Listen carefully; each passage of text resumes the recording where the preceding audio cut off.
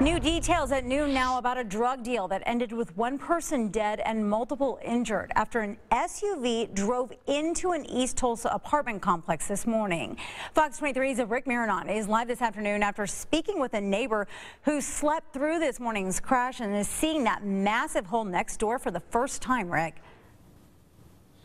Tiffany, that apartment is all the way on the other side of the complex, but I can tell you that there are maintenance crews right now working on fixing up that apartment because a mother and her child were asleep when they were actually kicked out of their bed from that impact. You can see from our video in the daytime just how big this hole is from the SUV that plowed into them.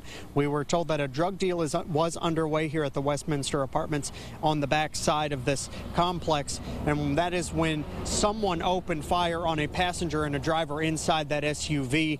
While trying to speed away, that driver actually ended up plowing into that apartment unit where a mother and her 8-year-old child were sleeping, and they were actually thrown from their bed but have non-life-threatening injuries. As for the passenger, that passenger is dead, and the driver who plowed into that apartment complex is actually in critical condition but still alive right now. Here is what a witness who lives a neighbor who actually didn't witness this, but she was asleep, said she didn't hear a thing, and she tells me she's just sick of all of the violence she's been seeing, especially in the news lately when it comes to homicide.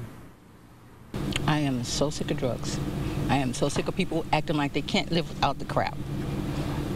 Life is too short for that. People, get a life. Come on. You have so much. God's given you so much glory. Don't waste it on some drugs where your brain can't think to do something like this.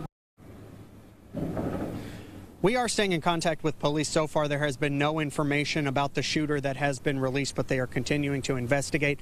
This is, by the way, the city's 51st homicide of the year.